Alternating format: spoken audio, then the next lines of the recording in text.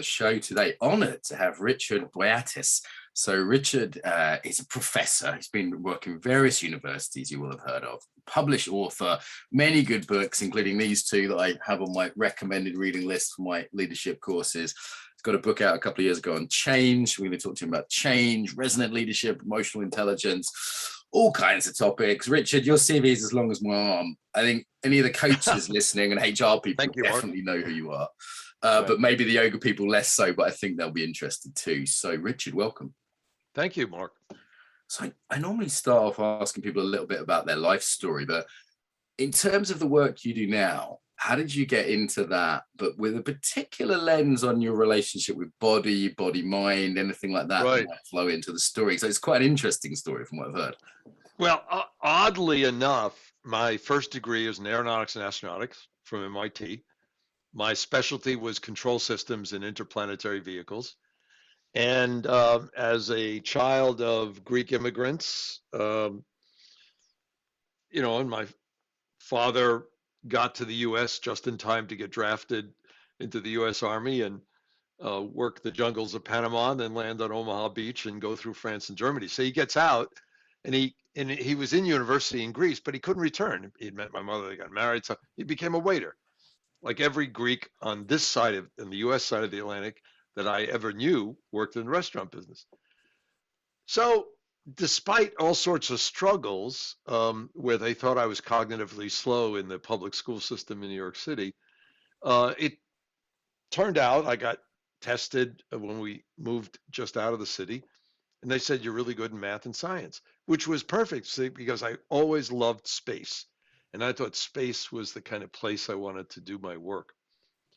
I am, not just was, but I am very analytic. I am a nerd. And that's where the oddity comes in, because even in high school, I had a band that played, like 2 paying jobs a weekend, and always had a lot of girlfriends, very social. But nobody noticed that because back in the 50s, everybody was more focused on anybody who knew math and physics really well. So I go to MIT, I'm doing all this stuff, I run out of money. MIT gets me a job doing the very research and work that I'm supposed to at an experimental gas dynamics research lab for Northrop Norrell, a big aerospace company at the time. So I go out there and work for almost 6 months in 1966 and discover that on the whole, the work is boring. In those days, I guess the Air Force had approached me, and I couldn't be an astronaut because of my eyes. You had to have perfect vision in those days. But the actual work, when you're doing the science and the building these things, is mostly you and computers. And, except for side trips to talk to the test pilots, which were quite exciting, it was devastating to my dream. And I didn't know what else to do. So, I went back to MIT and I finished my degree.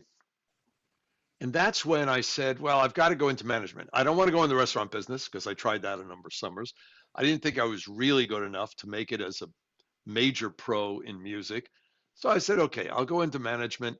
I take a management course from Dave Kolb at MIT, who at the time was finishing his PhD at Harvard. And he introduces his course to all these undergraduates as a course in organizational psychology, which to me sounded like utter crap. Except he said 2 words in describing his course that made me run to the basement at the Sloan School and get it and try to get in, which I did. He said, no tests. That was the defining moment in the future of my life. My test phobia won out. He introduced me to the field of psychology, in particular applied psychology.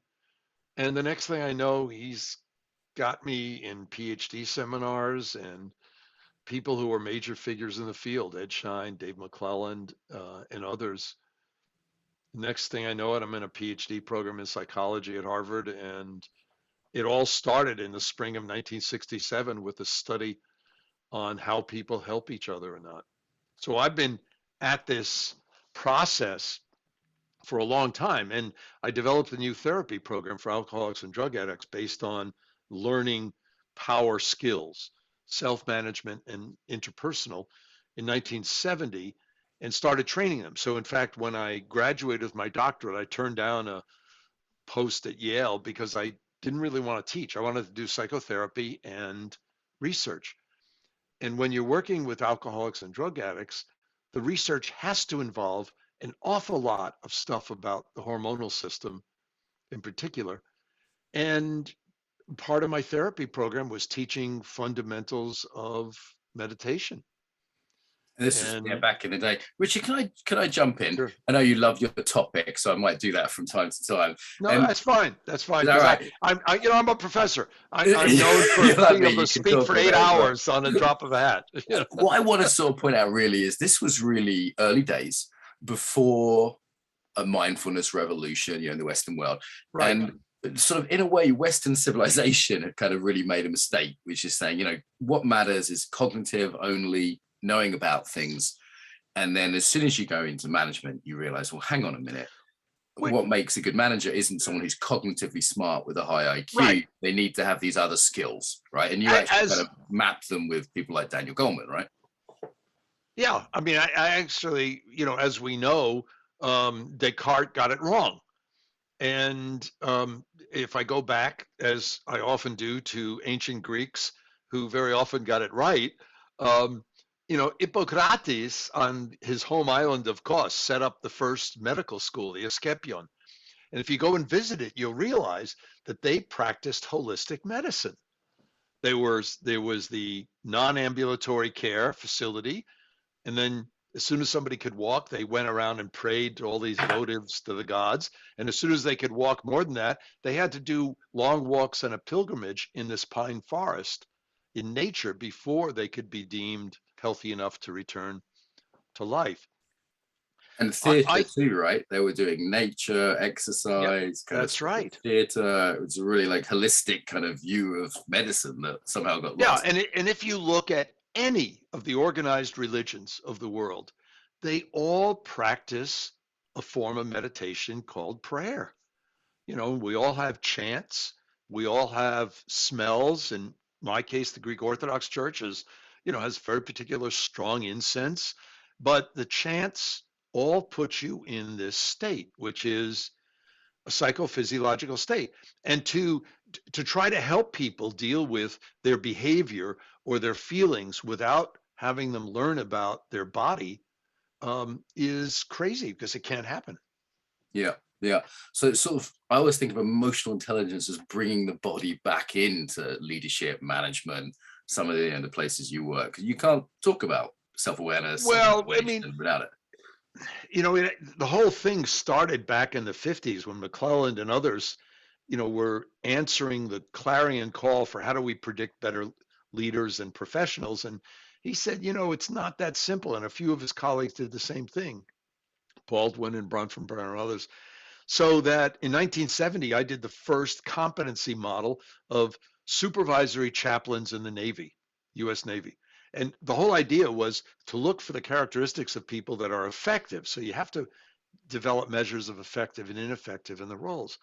And as we continued to do that, we started to develop this notion that, yes, there are certain behaviors that people who are effective in helping roles as well as management leadership roles do, and that those are better understood as, we call them, competencies. In most countries of the world, I'd use capabilities because it's more accurate, as a set of behaviors organized around an underlying intent. And if you don't understand the underlying intent, you don't get when the behaviors should be used. You can't sense the differences. So now, and then so you jump forward 25 years later, Dan Goleman and I were in the PhD program together at Harvard, and we hung around together. We were in the same social group, and my thesis advisor was one of his mentors and all this kind of stuff. So over the years, we had kept feeding each other stuff, even when he was at the New York Times. And when the 95 book came out, Emotional Intelligence, it was really giving a label to the things we'd been talking about and studying for 25 years, but a label that was easier for people who weren't specialists to understand. And how could you possibly grasp emotional self-awareness if you're not in tune with your body? Yeah. Yeah. And emotional intelligence took something that was intuitive. People kind of go, oh, he's a people person. Oh, he's got something that makes Right. people like him. He's a great leader.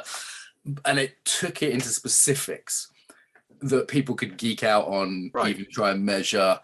And then for me, the emotional intelligence opened up mindfulness, which opens up embodiment. So this is kind of, tracking back. So we sort of owe a debt of gratitude, as it were, anyone who's in the yoga space or anything, to this lineage, in that it opened it up, it made it accessible. And something else I've also heard you say, and I know is true from elsewhere, is that a lot of the interventions it also found weren't very good. Like most therapy isn't working very well. Most leadership That's training right. is probably a waste of money, because as soon as you Yep. start measuring things, then you can say, well, is something successful or not? Well, and that's very often because, I just reviewed a paper for an academic journal an hour ago where they wanted to come up with a competency model of a particular kind of leader.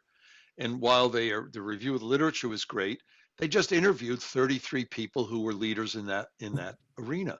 Well, the problem is 70 to 80% of them probably weren't very good. So you're building your Yeah. models based on, first, the wrong people, and secondly, it probably has a lot of values in it. And that was where, some of the holistic medicine notions and some of the even new age in the 60s and early 70s actually helped us, because as people started to turn to the Far East to look for practices like meditation and started to do more yoga, um, we began doing it, but then also studying it.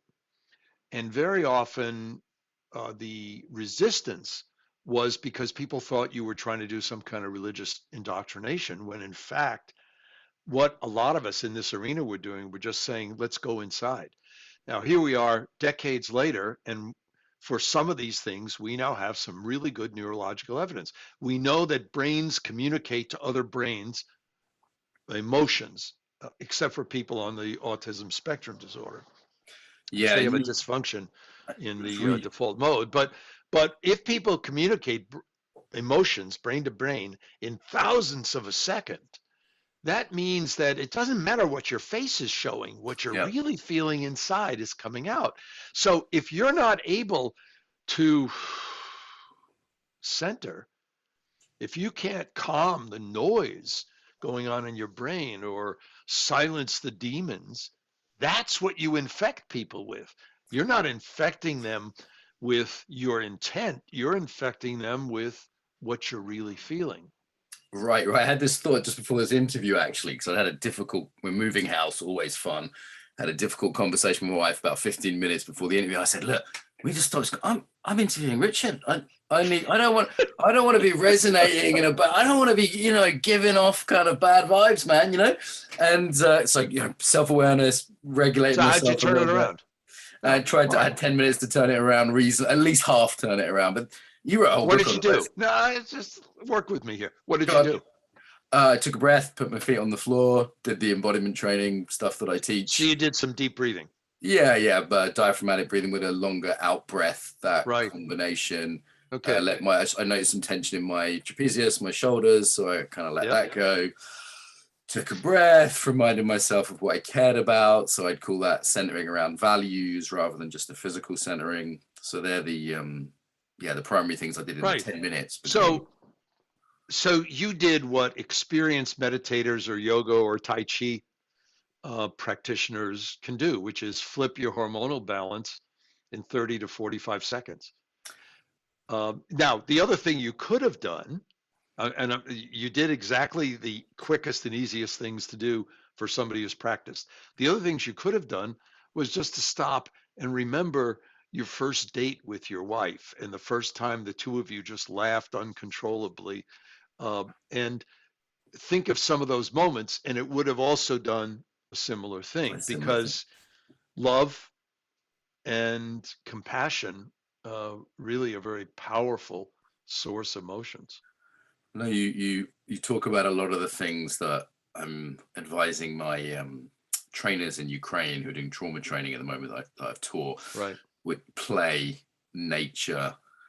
You reminds me a lot your work of Stephen Porges's work on polyvagal theory, which is the Yes, basis of the that's trauma right. work we do. You know, ventral Yep. vagal, co-regulation, positive social connections, you know, things that have been in sort of Mediterranean culture, I would say, for a long time, naturally, you know, for nature, eating good food with nice friends. But that bringing that into a language that is accessible to people in the business world or people that need a kind of a Right. theory on it. And this idea of emotional contagion is very important, right? That it's not what we're saying, it's how we're saying it. And Well, it's and all it's coming even across. sorry, After you. it's even deeper than that. It's what you're feeling inside. So it's not just, I mean, Yeah. yes, you're right. It's how you're saying it, but there are people who can mask their faces, but what they don't appreciate is that they're still radiating out the angst or whatever it is that they're feeling. And What's the that, mechanism for that, Richard? Is it sort of micro signals, like I can be pretending to smile, but actually you'll notice my eyes are narrow? Or is it a sort of electromagnetic thing? Like, what do a you say lot, is the mechanism for it? a number of neurologists wrote a marvelous book called The Anatomy of Love. I think it came out in 2000, in which they documented in a lot of animals, including primates, brain to brain direct communications. They documented evidence of that in with human mothers and infants. What they didn't do is make the leap to adults. Right. Now, meanwhile, a few years earlier, Joseph Ledoux had done some of his key work, foundational work in brain-to-brain communications, and started with mice. But we now know that it emanates in part from the limbic system, but it's not that simple because everything in the brain is networks. You know, it's not eh, people who hang on to right brain, left brain are in the 90s. That isn't, Yeah. neuroscientists don't even talk about that No, anymore. that'd be, yeah. And some of the other parts of the brain. The key is the network. And in this case, the network that is the most responsible was defined by Rakel in the early 90s as the default mode network. My colleague, Tony Jack at Case Western Reserve, who is a full-time neuroscientist, I mean, he has a theory of opposing poles of reason, and he says a better name for that network in the brain is the empathic network, because that's the network you activate when you are tuned into or open to new ideas or other people or emotions. Now, sadly, another dominant network called the task positive network, which he calls the analytic network, you engage and invoke, instantiate, they call it technically, whenever you're doing anything analytic or financial or abstract or trying to make a decision or solve a problem. So as Tony points out, these two networks not only don't have much of an overlap, but they suppress each other. Right. So one of the dilemmas we have is that when we're trying to help someone, we as the helpers, whether we're coaches or trainers or parents, we need the analytic network to understand the other person, but we need the empathic network to know what they're feeling and even to notice it. So we have to practice going back and forth. And although we don't have the direct data to prove this, Tony and I have been trying to get money to show that we think if we looked at leader followers, or, you know, we don't work in this area, but even parent children, but thinking about adults, physicians, nurses, etc., to patients, that we'd be able to show that these activations are happening in thousandths of a second. They're very quick. Yeah. They're Yeah. deeply unconscious, which is why the mind body. I mean, the most significant thing, as you know, I'm preaching to the choir here, the most significant thing you could do to learn, to understand what you're feeling, is learn the biomarkers, the somatic markers of when you're off. Richard, in terms of the resonance side, so like a lot of questions I get are like, hey, I'm a manager in a company where everyone's depressed. How do I not let it rub off on me? Or, you know, the Ukrainian trainers right now, Right. hey, I'm around a lot Well, of traumatized people. How do I not let that impact me? other than drinking a lot. Well, the coping mechanisms, sort of looking at healthy and unhealthy, is definitely one way to go, isn't it? But like, Oh, well, come on. interestingly, You have they a pick up British on it pretty. accent. Like, You no, have a I've got an British Irish accent. family, but I'm long-term sober actually. So I was interested in your Oh, work okay. Well, then on you sobriety. appreciate the distinction. Uh, So you don't hang out in pubs. But no, but seriously, what the biggest dilemma, because I get that question asked all the time on the 1.5 million people have taken one of my MOOCs and this and all this kind of yeah, thing. the big online courses, the MOOCs, Yeah, yeah, millions of people have done them, right? right. That if you have a dissonant boss, first you have to acknowledge that the person probably comes across as dissonant because they're defensive and scared. Now, they may act amazingly aggressive and narcissistic, but those are signs of defensiveness. And very often, by taking what I call the positive emotional attractor of talking about moments of service, moments of hope, moments of gratitude, moments of true mindfulness, you can actually bring them into this positive emotional attractor space. And if you can do it in little bits, small Mm, doses, because you're mm. not going to take somebody who's defensive or angry and make a big leap, but if you can bring them in small doses and then just keep doing that, over a number of days, number of weeks, whatever, they may start to get to feel more comfortable and open to have a conversation with you about it. There are times in which that doesn't work. Then your job is to create an emotional umbrella over the people who report to you or the people you're trying to help. Because if you Okay. don't, you're going to just pass through all of the crap that's falling on your head. And that's inappropriate sharing. Right. To just vent on them. Now, So I guess with that a lot has of, a time limit. Let me get yeah, to the go on. specific answer to your question. That has a time limit. At the point that you're doing that for more than 6 months, it's eating away at your spirit. Yeah, yeah. And I would say people can't last too long, more than a year or two in that environment before they lose heart. So the alternative is to leave. Yeah, and for the trainers that are working around a lot of very traumatized people who aren't, nasty people or anything, but they're Right. certainly, they're That's not in different. that empathic default mode very often. There's a numbing, there's a Right. constant fight or flight that's going on in their system. One thing I say is spend time around people who aren't like that, or spend time Right. alone or in nature. We And there's know a that there are limit though, right? right. We know that a walk in nature, just an article today summarizing in a neuroscience newsletter summarizing why green space in urban environments is so important. I mean, they're little. I live in a national park. I mean, the ocean's on one side of me, and acres of woods on the other. But even if you're in an urban environment, to get into walking in a park ends up being very powerful because a walk in nature, we now have enough studies to show it activates it. We also know that laughing does.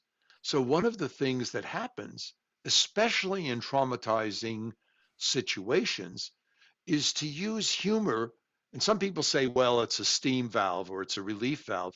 It's actually more than that. Mm, And even to use what sometimes people refer to as black humor, which yeah, is, yeah. the dark side, but people are laughing about it, it can actually help. The key is when you're dealing with people who either are traumatized or have been, you have to do this in small doses.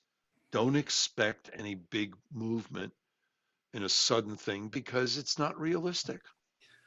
And I like the emphasis you've put on stress work. Maybe you could sort of lay out the insights you've had around stress. You know, Right. it's not just about reducing the Sure. stress. I'd love to hear a bit more about that. Yeah. We all are exposed to too much stress. And the kind of stress I'm talking about isn't the trauma or acute stress. I'm talking about the annoying stress. Somebody cuts you off in traffic, your cell phone drops a call. Those annoying stress episodes, for most of us, even pre-COVID, were over the top, and they resulted in strain, the medical thing. Now, when you're under that degree of chronic annoying stress, you are cognitively, perceptually, and emotionally impaired. I mean, your peripheral vision drops from 180 to 30 degrees. Yep. You can't think clearly, and you certainly aren't open to feelings. If you add to that acute stressors like a pandemic, like the financial uncertainty about it, like the social disruption, or more acute stressors like people dropping bombs on you, you've got a real kind of mess. And to say to people, let's lower your stress level, is the wrong thing. Because what you're doing is saying, we're going to make it feel better because it's not going to hurt as much, but it's still hurting. The effects of mild stress are still just as bad. The one thing we can do as humans is to go into what I call, for sake of conversation, renewal moments. Technically, they're activating the parasympathetic nervous system. We know what those are. You specialize in them. I mean, I'll just go over a number that have been shown Please. in many studies to really activate the parasympathetic nervous system across people in different cultures, different genders, different races. This is human physiology. Meditation helps. Yoga helps. Tai Chi helps. Prayer helps if it's to a loving God. If you're praying to a vengeful God, it stimulates the sympathetic and you're off back into the stress. Exercise helps if it's modest. Going for a walk in nature helps because it tends to take you outside of focusing on yourself to noticing other things. And it is quite literally more centering in that sense. Feeling hopeful about the future helps. Yeah, hope. That's one of yours. Being Yeah. in a loving relationship helps. Yeah. Helping people less fortunate helps. Helping the elderly helps. I tell my students, helping elderly professors will get you closer to heaven. And we know since the 70s, actually, in research, that having dogs, cats, or in some parts of the world, horses or monkeys really help because the stroking stimulates the parasympathetic system in them, and then you pick it up because of the emotional contagion, and then you're going back and forth. On top of that, we know that laughter, in particular joy and playfulness, helps. And a walk in nature, as I said. And the one that I just read a meta-analysis of neurological study a month ago that I now have added to my list because it crossed enough countries and genders is playing music or dancing to music. Yeah, that Listening makes to sense. music by itself doesn't do it consistently enough. Okay, yeah. We sometimes reduce these to self-regulation, co-regulation, eco-regulation, and theo-regulation, which I have a Greek member of the team added Right. that term. Right. But it doesn't surprise me. Movement, play. That's how they function. But in reality, we're talking about certain basic core emotions: hope, gratitude, and compassion, laughter, playfulness, not happiness. Happiness is mixed. Laughter, playfulness, and then, what we variously call centering. How do they interact, or the combination? So I think many people listening will go, yeah, great list. Thanks for the reminder, doctor. But it's, how do they interact? So I'll give you an example. Today I had an hour, just had a kind of stressful week. And I really felt like, you know what? I just felt my body went, I'm going to go for a walk in the park and not do the yoga that I planned. And that just sort of intuitively felt like the right choice. And I literally had a choice because in my diary it said yoga hour, but I went, no, I'm going outside. And sometimes like I need to be alone and meditate. Sometimes like I need to be at the pub with my friends. That's right. So is it just an intuitive choice? Do you think we have sort of appetites for each? How do they interact? Yes. Well, in an article that came out just about a year ago, year and a month ago, Dan Goleman and I developed this test about 7 or 8 years ago to measure ordinary experiences of stress and renewal. So it gets you to look at last week. And what we finally proved, which the great stress researchers like Robert Sapolsky and some of the others always document more or less stress, but they really haven't focused on parasympathetic activation. Or as you said, the closest we've come to it is polyvagal theory and Naomi Eisenberger's work on the ventral medial prefrontal cortex. But when you get at that, you start to appreciate the fact that, you know, in a given week, you want to have more moments, if you sum them all up, more time spent in renewal than stress. And so that's a raw intensity measure. I used to say when I was doing therapy with alcoholics, if you stay sober and then are working out 6 hours a day, Yeah. you've just traded addictions. Yeah. You've Yeah. I've seen it marginalized the many times. power. You've marginalized the power of exercise by making it a task, of habituating it. And now we finally got the data, and we showed that not only does the intensity of renewal versus stress really key towards engagement, sense of well-being, empathy, reducing anxiety, all the measures you could figure out. But the variety of things you did in a typical week are also actually even slightly stronger predictive. So you can't just do yoga every day. You need it's That's like okay, it's right. a few. So, and when you get into it, you realize that there's another important message there, that more briefer doses or moments are key. It's more important for you to have more 15-minute moments of renewal than to spend an hour and a half at lunchtime doing something. Makes And the sense. variety is what comes back to your observation about Yeah. Yeah. don't do yoga, walk in the park, or go to a pub, because that's where the more you're in tune with yourself, you can sense that that's what you need for variety. Dan and I always have this kind of, I wouldn't say argument, but he believes that Dan Goleman, that the real movement towards these things always starts by looking inside. I have discovered in the past 20 or so years that it's not always the case, that for a whole lot of people, the opening into renewal starts by interacting with or caring for somebody else. In other words, the self-focus sometimes gets a little confused with how narcissistic we are these days. But when you step outside yourself to focus on another person, to care for them, it actually comes out of Confucian ideology of Hmm. benevolence, of opening yourself up to the other. So what he and I now agree is that there are renewal things you can do that are things you do by yourself or with you in nature. And then there are things you do with other people. So having a moment with your friends or your spouse, partner, significant other, or your children, where you're just doing something that's fun, ends up being a major renewal moment. Yeah, yeah. Sometimes it's like you see have meditation retreats after a few days or a week. People are like, can we have a party? Sort of Right, just want to party right. and sort of hit it another angle. I wonder there's one thing maybe missing from the equation here, which would be the sort of deliberately chosen hard things. So for me, it's like you want most of your life to be pleasant, to cope with a little bit of unpleasant, because that happens. We can't avoid it as long as it's not too Right. big a portion of the relationship or the job or the place, and then a few things that are very deliberate, like weightlifting or cold showers, which are sort of deliberately done difficulty and challenge. Like that feels to me the third piece in this equation. Yeah, it depends on the person, as to what your medicine is.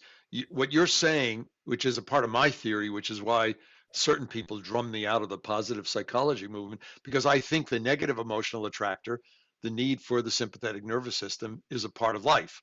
I mean, we actually can't adapt unless we get stressed. We can't Yeah. wake up. We can't make a decision. Yeah. Yeah. Now, what you're raising, Mark, is what happens when somebody, starts to feel renewed, and if they try to stay in that zone too long, will they just levitate? They may, but what's more serious, we know from spending too much time in the empathic network, is you're subject to an awful lot of distractions and you just won't get something done. That's the Yeah. downside of that. So what happens when you want to stress yourself, when you want to, if you have a healthy regimen, physical fitness regimen, sometimes you're doing cardio and sometimes you're doing resistance training. I think it's the same thing mentally. It's the same thing emotionally. Yeah. So, there are times in which it's very satisfying to me, given my nerdy background, to just sit and study numbers. And so I don't follow a lot of sports teams, FC Barca and Boston Celtics and a few others, but not really avidly. So sports statistics doesn't do it. And I just developed over the years a fascination with studying economic and financial cycles in the stock market. So that's how sometimes I'll get my thing, or I'll spend time with my doctoral students, more time on their data set than they might like me to. Um, but the other thing is, there are times in which I know it's time for me to do something that is emotionally different. Mm-hmm. So there are times in which I'm in the mood for a Bruce Willis movie. I need a Die Hard kind of movie where the good guys, good people, to not make it gender specific, the good people unequivocally beat the crap out of the bad people. I mean, sometimes I need that as a Yeah. way to readjust something. Yeah, we need to see the good guys win, because in life it's sometimes pretty much a mixed bag, isn't it? So, Or it takes too long. For the sake of hope, we need to see that played out, and not over a 100-year time frame. But your notion of the fact is that we have to have sometimes these competing forces and emotions is exactly right. Because everything we know about the neurological functioning or hormonal functioning or the body is based on balance. And it's not just because I'm a Libra. It really is based on systems going back and forth. Let's talk about change. I can see the clock rapidly going. I could talk to you for hours. But your latest book's on change, and it's tricky to get someone sober. It's tricky to get a manager to change their ways. We're homeostatic. Human beings are not the easiest people to change, even with therapy or coaching. What works, Richard? That's okay. This is what we've been devoting 25 years or so to. And for our neuroimaging studies and the hormonal studies and all the behavioral change studies, what we've discovered is that on the whole, most of the time when people try to help someone, you're actually doing what we call coaching for compliance. You're trying to help them to fit in with your image of what they should be doing. Okay. And how do they feel in that moment? They feel as if you're being a helping bully. Now they may say, "Oh, thank you for that feedback. That's very good," but they're not going to follow up on it. What we started to uncover 20 some years ago was that if you, and Melvin Smith and I first called it coaching with compassion, again, using a more Confucian definition of compassion, is if you coach or help them with a focus on them, on their vision, on their dreams, on their desires, what happens is you go into this parasympathetic activation and they go into it, and you start to feed each other in a very positive way. So our argument, now technically it's really coaching to this positive emotional attractor. What they want rather than what they don't want. That's right. Yeah. And not their ought self, but their ideal self. I remember some executives in the 90s saying to me, wait a minute, if I spend a lot of time asking people report to me what's their ideal future 15 years from now, suppose it isn't to work in my company. My answer was, then they aren't now. Yeah. So what our sense is, and that's what that the more recent book is about, is what does that entail at a very nitty-gritty level? Well, first of all, it entails listening to the other person.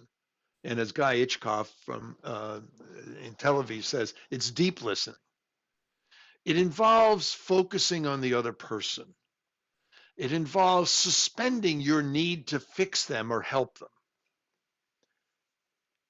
It suspends your desire to give somebody else feedback. What I contend is most of the time when you want to give feedback, you're really wanting to vomit on somebody. Yeah. And you're not trying to help them. So one of my rules of thumb is don't. So people say, oh my God, well, suppose you see somebody doing something wrong. I said, well, if you tell them what they should be doing, they're not going to follow it anyway. So what do? You try to help them be more open.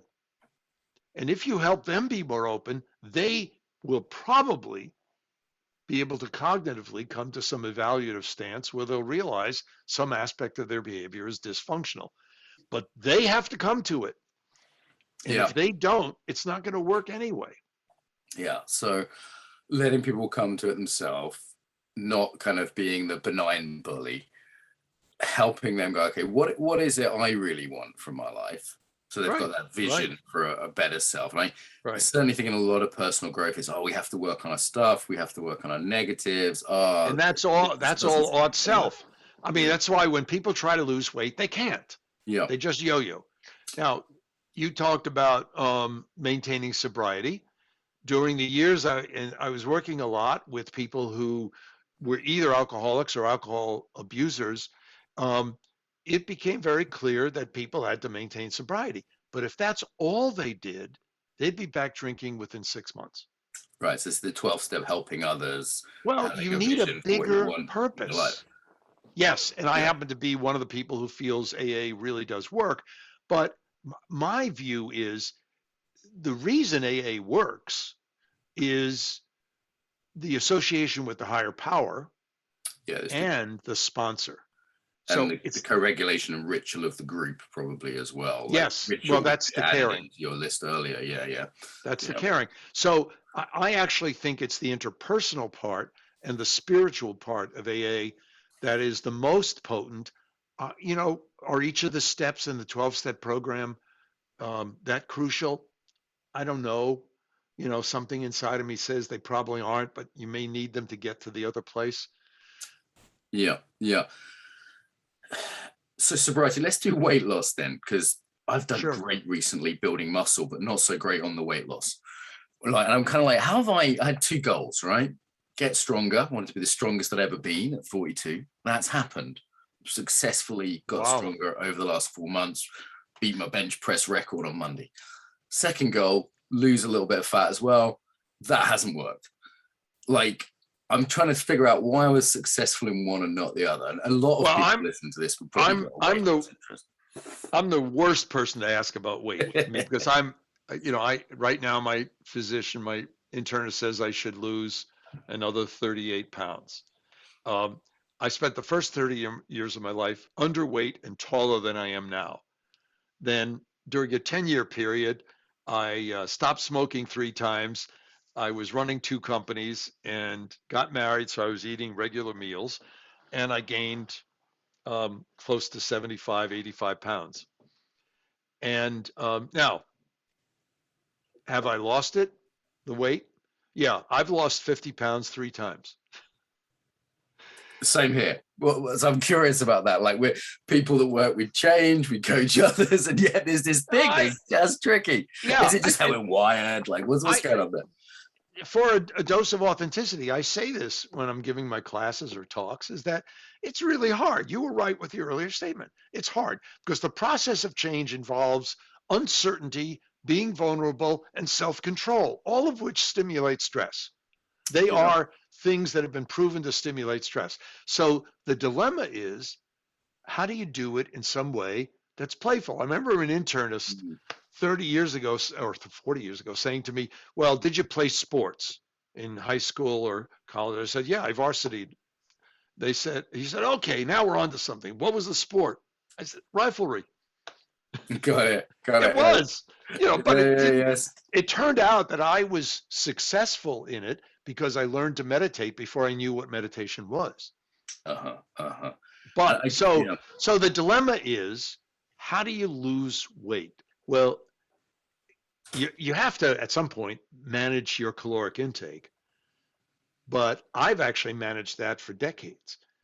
The problem I have is um, when I get excited or I know I'm in a stressful, like I'm teaching all day on my feet, I'll self-medicate with sugar.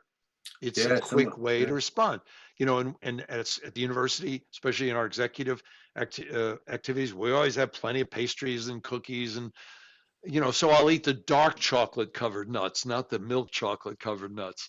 But the fact is that ice cream and red wine are a nemesis to me, and Looks like we're both on the same page with this. I mean, I enjoy lifting weights. I don't enjoy eating less wonderful Cypriot food, which was last night's killer. So it might be something as simple as enjoyment. Growing up in a very Greek household, in which for the early years we only spoke Greek, and then later kind of English eased in. But whatever you ate, you held your fork on one hand and a piece of bread in the other. That was it. Rich, we need to wrap up relatively soon, just to end at 5 to the hour. Is there anything that we sort of haven't covered that you think, this is a key part of my work or something I just really like to have out there in the world? Let me answer the one thing on losing weight. Sure. While you're trying to bulk up, you're actually doing the opposite to what you need to do to lose weight, because you're adding more dense muscle tissue. What you need to lose weight physiologically is more cardio. Now, the question is, if it doesn't come to you naturally, then find a way to do it interpersonally. Mm-hmm, mm-hmm. What's the dance form that I enjoy? What's the thing that I'm going to find fun where I'm going to know use something? It as a way to find extra date nights with your wife. Mm-hmm. Yep. Sounds good. All right. I'll have to think about that. So wrap up things, Richard. Obviously, people can find your books, Primal Leadership, Resonant Leadership, the Change book. That's the latest one. Anything else? Final message. Narcissism is rampant in our society. All around the world, it's rampant. It's outrageous. I mean, when did the selfie become the most popular form of photography? Right. It's just, and there's only one antidote I know of, or easy antidote to narcissism, is to care about others.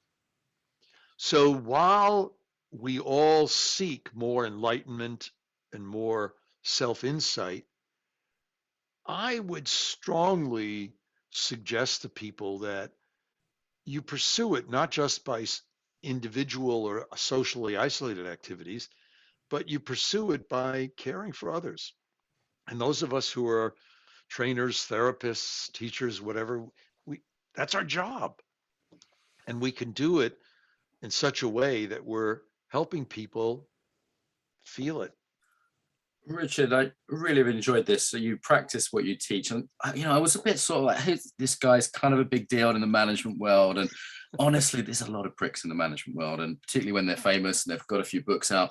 And I thought, what's he going to be like? I thought, let's find out. And I feel way better coming out of this conversation than into it, which I think is one of your signs of like a good manager or leader, is how they sort of leave you feeling.